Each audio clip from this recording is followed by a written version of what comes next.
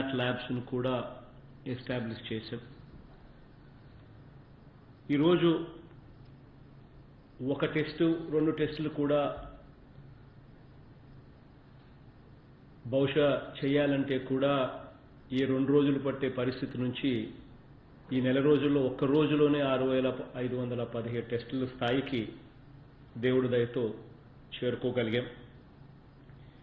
ఈరోజు టెస్టుల పరిస్థితి చూస్తే దేశంలోనే అత్యధిక టెస్టులు చేస్తా ఉన్న రాష్ట్రం ఏదైనా ఉంది అని అంటే అది ఆంధ్ర రాష్ట్రం అన్న పరిస్థితిలోకి వచ్చాం. టెస్ట్ పర్ మిలియన్ అంటే 10 లక్షల జనాభాకు ఎన్ని టెస్టులు చేస్తున్నారు అని చెప్పి చూస్తే దేశం మొత్తం యావరేజ్ 451 అయితే ఉంటే ప్రప్రథమంగా highest number of test per million చేస్తా ఉన్న రాష్ట్రం మనది. ఇప్పటికే దాదాపుగా 74,551 టెస్టులు చేయగలిగాము.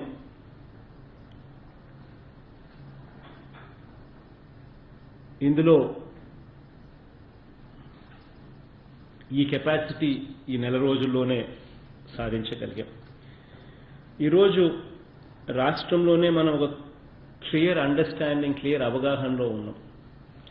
ఎక్కడ రెడ్ జోన్స్ ఉన్నాయి, ఎక్కడ కేసులు అత్యధికంగా నమోదవుతా ఉన్నాయి, ఎక్కడ ఆరెంజ్ జోన్స్ ఉన్నాయి, ఎక్కడ గ్రీన్ జోన్స్ ఉన్నాయి అనే దాని మీద.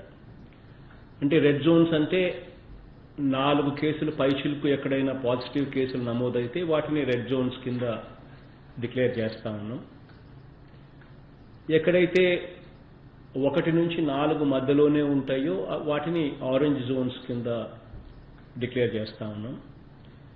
ఎక్కడైతే ఏ కేసు నమోదు కాలేదో వాటిని గ్రీన్ జోన్స్ కింద నమోదు చేసుకుంటా ఉన్నాం.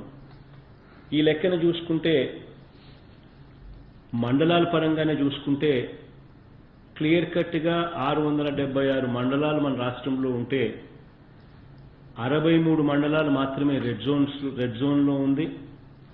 54 మండలాలు మాత్రం ఆరెంజ్ జోన్లో ఉన్నాయి.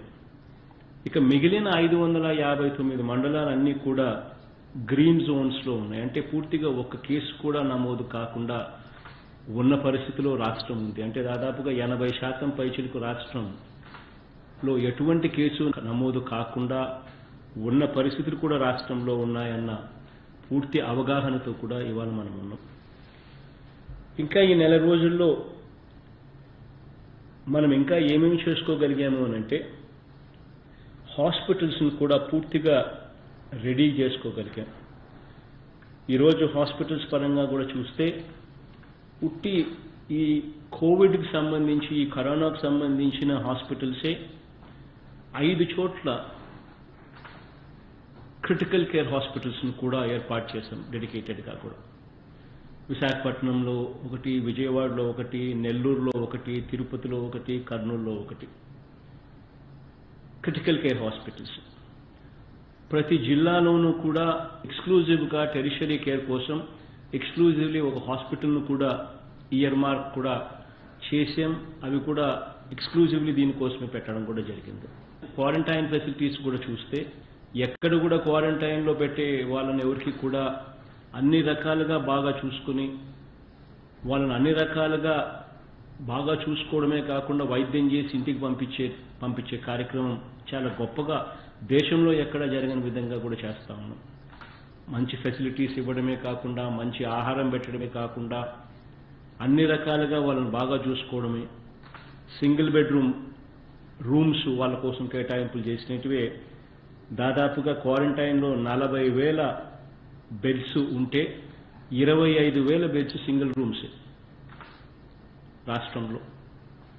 డబుల్ రూమ్స్ ఇంకొక 15,000 బెడ్స్ డబుల్ రూమ్స్లో ఉన్నాయి. అంటే 40,000 బెడ్స్ కేవలం సింగిల్ రూమ్ అండ్ డబుల్ రూమ్స్లోనే ఏర్పాటు చేసి అన్ని రకాలుగా కూడా వాళ్ళని కూడా బాగా చూసుకునే దిశగా అడుగులు కూడా ఈ నెల రోజుల లోపల వేయగలిగాం.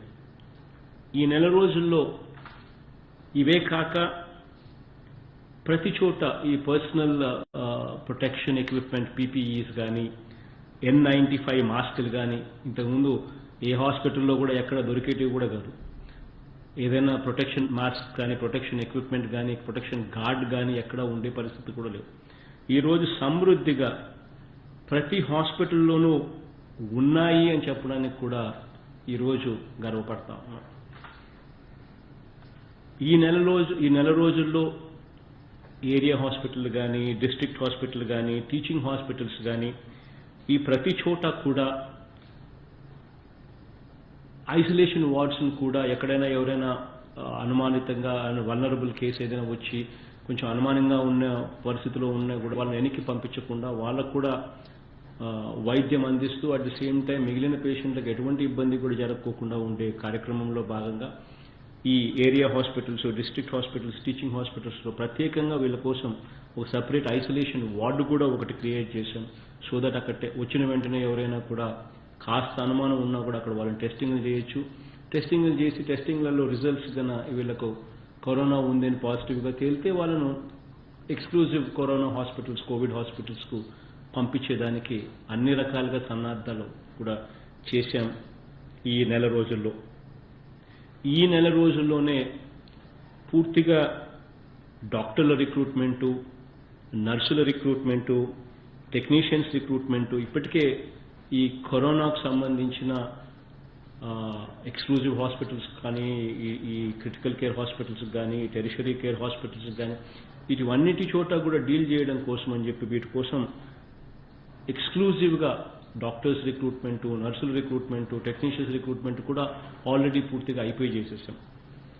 ఇక మిగిలిన హాస్పిటళ్లలో కూడా మిగిలిన హాస్పిటల్స్లో కూడా ఈ మే 15వ తేదీ నాటికల్లా పూర్తిగా డాక్టర్ల రిక్రూట్మెంటు, నర్సుల రిక్రూట్మెంటు అంటే మిగిలిన రోగాలకు కూడా ఎటువంటి ప్రతి చోట అవసరం ఎంతమంది ఉన్నారో ప్రతి చోట కూడా పూర్తిగా రిక్రూట్ చేసే కార్యక్రమం కూడా మే 15వ తేదీకి నోటిఫికేషన్ కూడా ఇచ్చే కార్యక్రమం కూడా అడుగులు ముందుకు వేస్తా ఉన్నాం. ఈ నెల రోజుల్లోనే ఎక్స్క్లూజివ్ 104 అన్న నెంబర్కు ఏ ఒక్కరు ఫోన్ చేసినా కూడా ఈ కరోనాకు సంబంధించిన వెంటనే ఈ సిమ్టమ్స్ ఉన్నాయి అని చెప్పి ఎవరైనా ఫోన్ చేస్తే వాటిని ఏ రకంగా డైరెక్ట్గా అక్కడికి మనిషి వచ్చి డైరెక్ట్గా 104 సిబ్బంది వచ్చి తీసుకొని పోయి టెస్టులు చేసి తీసుకొని పోయే పరిస్థితులు కూడా క్రియేట్ చేశాం. ఎక్స్క్లూజివ్గా 14410 అని చెప్పి టెలిమెడిసిన్ కాల్ సెంటర్ను కూడా ఎక్స్క్లూజివ్గా ఈ నెలలోనే అది కూడా తీసుకొని రాగలిగాం. ఈ 14410 ఈ టెలిమెడిసిన్ కాల్ సెంటర్ ద్వారా కరోనా కేసులే కాకుండా నాన్ కరోనా కేసులు కూడా ఏదైనా ఉన్నా కూడా వైద్యం కోసం ఏ ఒక్కరు ఫోన్ చేసినా కూడా వాళ్ళకు ప్రిస్క్రిప్షన్ చెప్పడమే కాకుండా ఏకంగా మందులు కూడా డోర్ డెలివరీ చేసే పరిస్థితిలోకి వ్యవస్థను కూడా ఈ నెల రోజుల లోపలనే తీసుకొని పోగలిగాం. ఇవన్నీ కూడా ఈ నెల రోజుల లోపలనే చేయగలిగాం. గ్రామ స్థాయిలో వాలంటీర్లు, గ్రామ స్థాయిలో ఆశా వర్కర్లు, ఏ స్థాయిలో వ్యవస్థ తయారైంది అని అంటే ఇప్పటికే రాష్ట్రంలో 3 సార్లు సర్వే చేయడం జరిగింది. రాష్ట్రంలో ప్రతి ఇంటిని కూడా జల్లడబట్టి కూడా సర్వే చేయడం జరిగింది. గ్రామ వాలంటీర్లకు, ఆశా వర్కర్లకు ఈ విషయంలో మాత్రం వాళ్ళకు హ్యాట్స్ ఆఫ్ చెప్పాల్సిందే.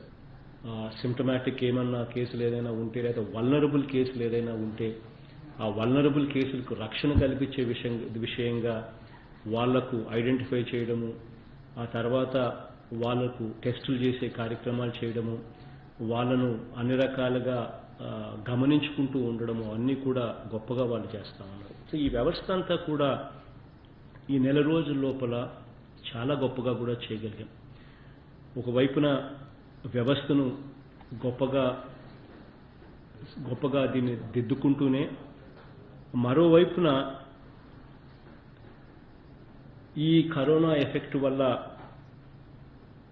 రాష్ట్రంలో ఇటువంటి చర్యలు లాక్డౌన్ తీసుకున్నప్పుడు ఇటువంటి చర్యల వల్ల సామాన్యునికి కొద్దో గొప్ప కష్టం కూడా ఖచ్చితంగా ఏర్పడిన పరిస్థితి. అటువంటి కష్టమైన పరిస్థితిలో కూడా రాష్ట్రానికి కూడా పూర్తిగా ఎటువంటి ఆదాయాలు కూడా పూర్తిగా రాని పరిస్థితిలో రాష్ట్రం ఉన్నా కూడా దేవుడి దయతో ప్రజలందరి దీవెనలతో ఎక్కడా కూడా సామాన్యునికి ఎక్కడా కూడా కష్టం జరగకుండా నష్టం జరగకుండా ఉండేందుకు వీలైన కాడికి ప్రభుత్వం అన్ని రకాలుగా ఈ నెల రోజుల్లో ముందడుగులు వేసింది. ఇన్ని కష్టాలున్నా కూడా రేషన్ సరుకులు నెలకు ఒకసారి ఇచ్చే పరిస్థితి నుంచి నెలకు 3 సార్లు సరుకులు ఇచ్చే కార్యక్రమంలోకి వ్యవస్థను తీసుకొని పోయాం. ఈ నెలలో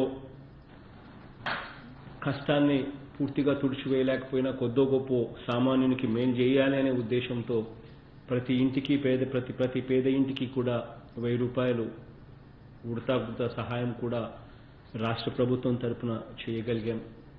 ఇన్ని కష్టాలున్నా కూడా దాదాపుగా 56 లక్షల మంది అవ్వాతాతలకి ఎక్కడా కూడా పెన్షన్ విషయంలో ఎటువంటి ఇబ్బంది లేకుండా 2250 రూపాయలకు పెన్షన్ పెంచడమే కాకుండా క్రమం తప్పకుండా ఖచ్చితంగా ఇప్పటికే ఈ కరోనా వస్తున్న సమయంలోనే కూడా పెన్షన్ ఇంటింటికి వెళ్ళి డోర్ డెలివరీ కూడా చేసే పరిస్థితిలోకి వ్యవస్థను కూడా తీసుకొని పోగలిగాం. ఇవన్నీ కూడా ఈ నెల రోజుల లోపల గొప్పగా కూడా చేయగలిగామని చెప్పి ఒకవైపున చెబుతూనే మరోవైపున కొన్ని విషయాలు ప్రజలతో ఖచ్చితంగా నా అన్నదమ్ములతోనూ నా అక్క చెల్లెమ్మలతోనూ కొన్ని విషయాలను మాత్రం ఖచ్చితంగా షేర్ చేసుకోవాల్సిన అవసరం ఉంది.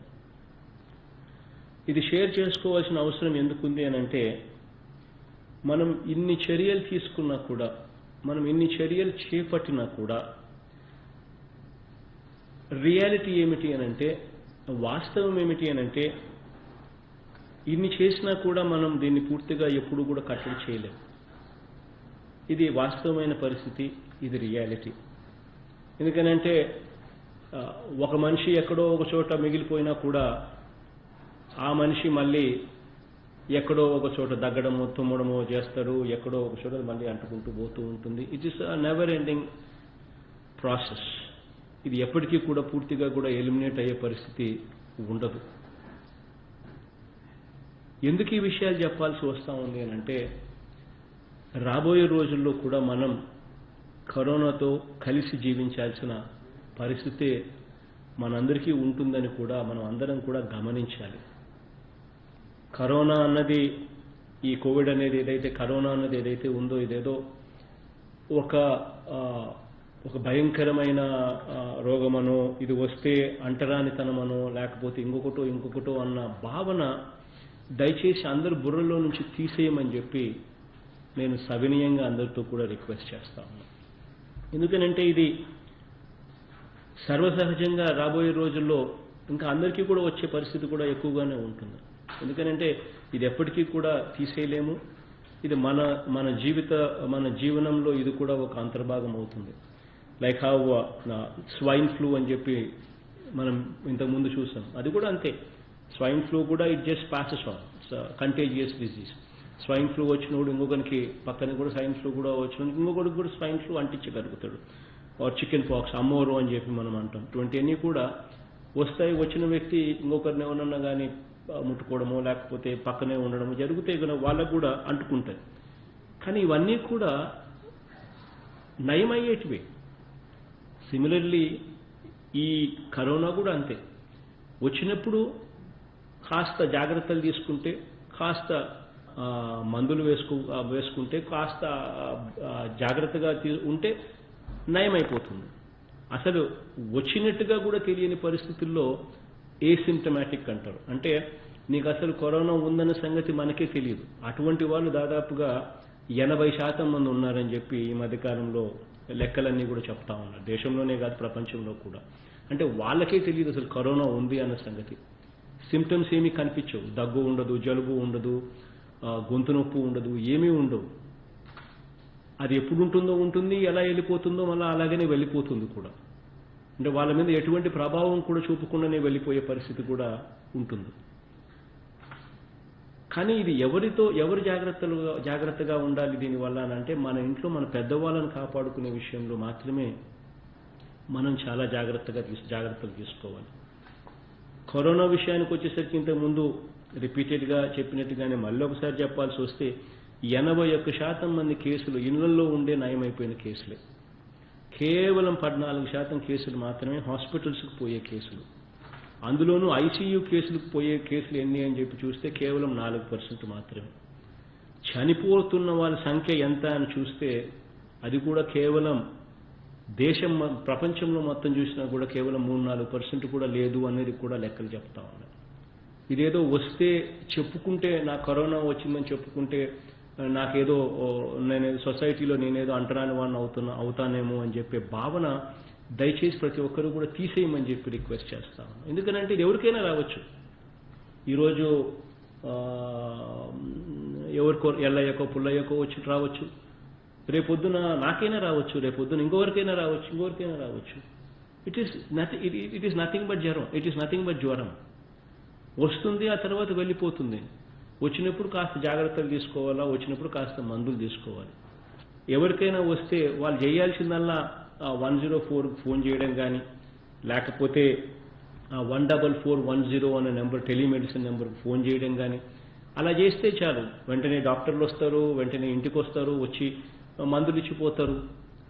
మోస్ట్ లైక్లీ అసలు హాస్పిటల్ కూడా పోవాల్సిన పని, ఇంట్లోనే నయం కూడా అయిపోయే పరిస్థితి. కాస్త జాగ్రత్తలు తీసుకోవాలి. అయితే కొంచెం మిగతా వాళ్ళను, ఇంట్లో పెద్దవాళ్ళను, ఇటువంటి వాళ్ళను మనం ప్రభావితం చేయగలుగుతాం కాబట్టి కొంచెం వాళ్ళ విషయాల్లో కొంచెం జాగ్రత్తలు తీసుకుంటే చాలు. సో ఇది దయచేసి అందరూ కూడా గుర్తుపెట్టుకోవాల్సింది ఏంటంటే, ఇదేదో అంటరాని రోగము లేకపోతే ఇంకొకటి అనుకోవాల్సిన పనే లేదు. ఎవరికైనా కూడా రావచ్చు.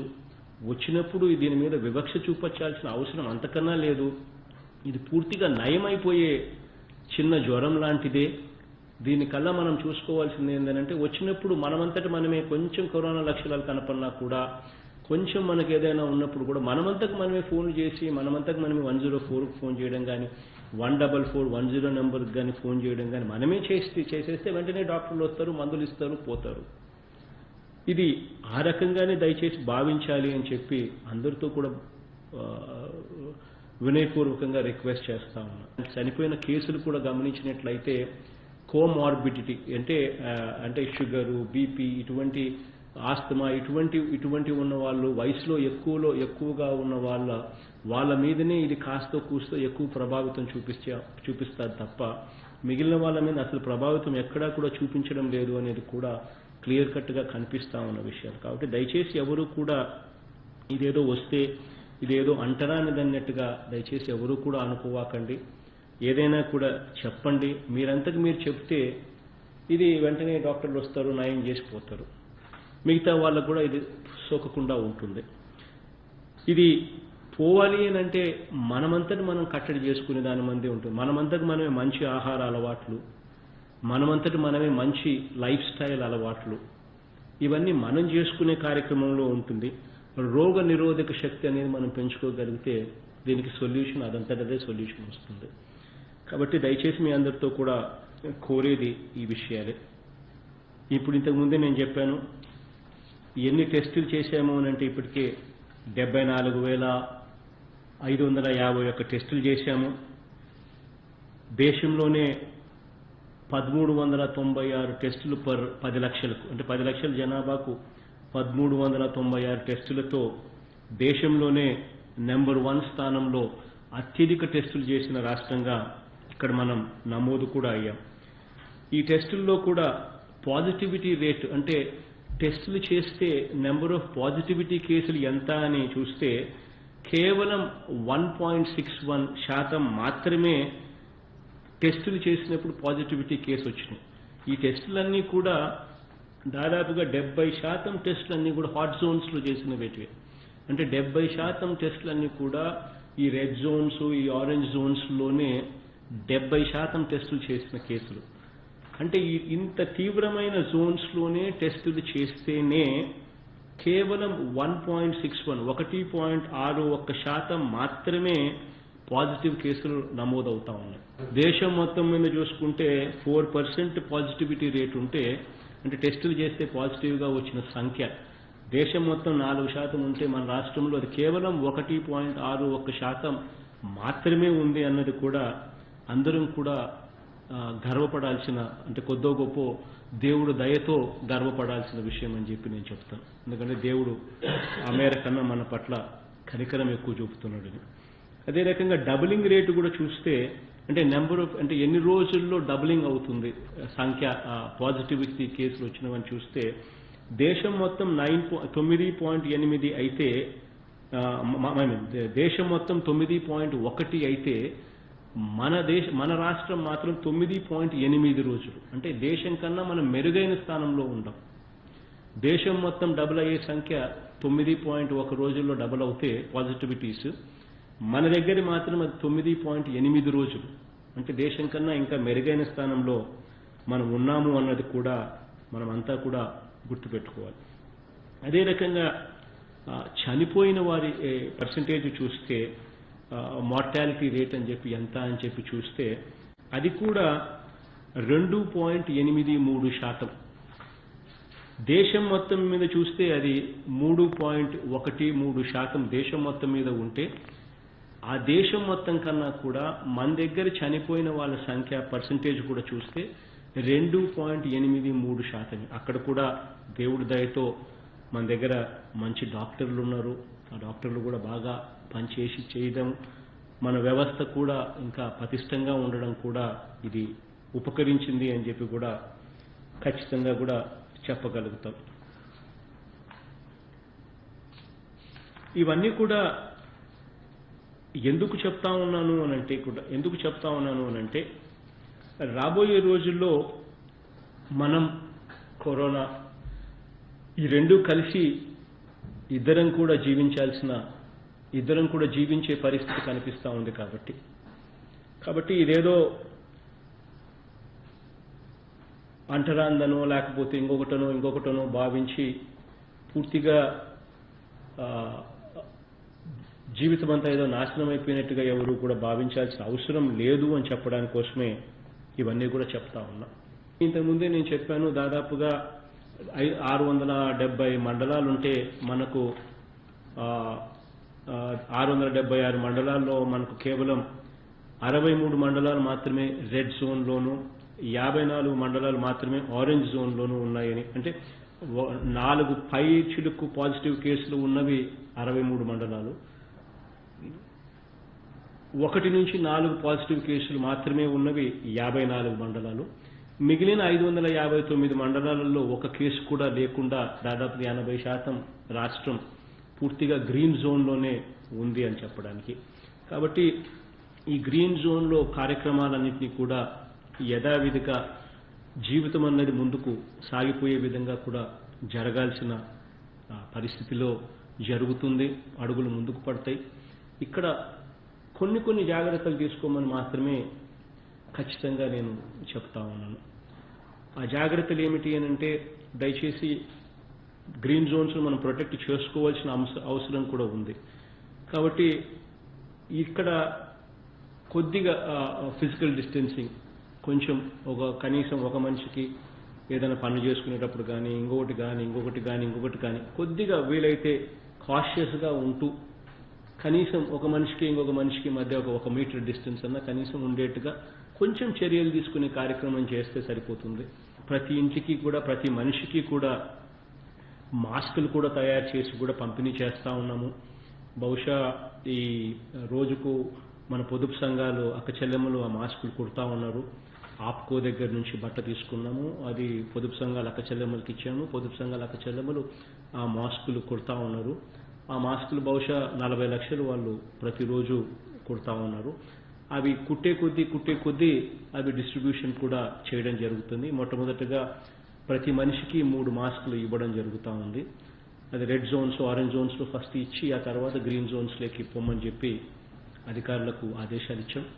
కాబట్టి ప్రతి మనిషికి ఆల్మోస్ట్ 3 మాస్కులు సప్లై చేయడం కూడా జరుగుతుంది.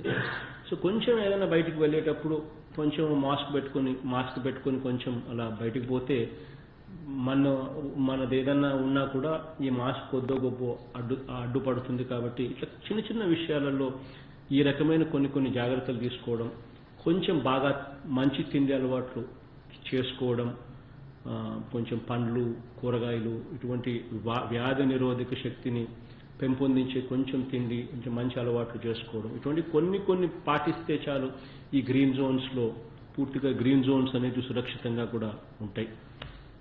పబ్లిక్ ట్రాన్స్పోర్ట్ బహుశా కొద్దిగా ఇంకా కొన్ని రోజుల పాటు కొద్దిగా పోస్ట్పోన్మెంట్ చేయొచ్చు. బట్ ప్రైవేట్ వెహికల్స్ ఈ గ్రీన్ జోన్స్లో కూడా తిరిగేదానికి కూడా కొంచెం వెసులుబాటు రాబోయే రోజుల్లో కూడా ఆలోచన చేస్తాము. ఈ గ్రీన్ జోన్స్లో పరిశ్రమలు ఇవన్నీ కూడా పనిచేస్తాయి. వ్యవసాయం అయితే ఇంకా నేను చెప్పాల్సిన పని లేదు, దాని మీద ఇక పూర్తిగా ధ్యాస కూడా పెట్టే పరిస్థితి కూడా ఉంటుంది. ఈ గ్రీన్ జోన్స్లో అన్ని రకాలుగా కూడా activity levels, economic activity levels అన్నీ కూడా మామూలుగానే సర్వసహజంగానే జరిగిపోయే కార్యక్రమాలు కూడా జరుగుతాయి. కొంచెం ఈ రెడ్ జోన్స్, కొంచెం ఈ ఆరెంజ్ జోన్స్లో కొన్ని జాగ్రత్తలు ఇంకా కొంచెం తీసుకోక తప్పదు. అవి కొంచెం తీసుకునే కార్యక్రమాలు కొంచెం తీసుకుంటూ రాబోయే రోజుల్లో అడుగులు ముందుకు వేస్తామని చెప్పి మీ అందరికీ కూడా తెలియజేస్తా ఉన్నాను. ఇక్కడ మరొకసారి ఈ ముగించే ముందు మీ అందరితో కూడా నేను రిక్వెస్ట్ చేసేది కూడా ఇంతకు ముందు చెప్పినట్టుగానే మరొకసారి కూడా మళ్ళీ చెప్పేది ఒకటి ఏమిటనంటే, దయచేసి ఇదేదో కరోనా వస్తే ఇదేదో అంటరాని రోగమనో, ఇదేదో కరోనా వస్తే ఇదేదో రాష్ట్రం ఇదేదో నాశనం అయిపోతామనో దయచేసి ఎవరు కూడా భావించద్దండి. ఎవరు కూడా కరోనా వచ్చిన వ్యక్తుల మీద అటువంటి వివక్ష కూడా చూపవద్దు అని చెప్పి కూడా నేను సవినీయంగా నేను కోరుకుంటా ఉన్నాను. కాబట్టి దీనికి అందరం కూడా ఇది మనసులో ఇది తెలుసుకోవాలి. తెలుసుకున్నప్పుడు మనం కరోనా వచ్చిన వ్యక్తి మీద వివక్ష చూపాం. ఎందుకంటే రేపు పొద్దున అదే వివక్ష మన మీద వేరే వాళ్ళు కూడా చూపే పరిస్థితి కూడా ఉంటుంది. కాబట్టి దయచేసి ఎవరు కూడా వివక్ష చూపవద్దు అని చెప్పి నేను కోరుతా ఉన్నాను. ఒకవేళ ఎవరికైనా కరోనా వస్తే దానికి అదేం నయం అయిపోతుంది.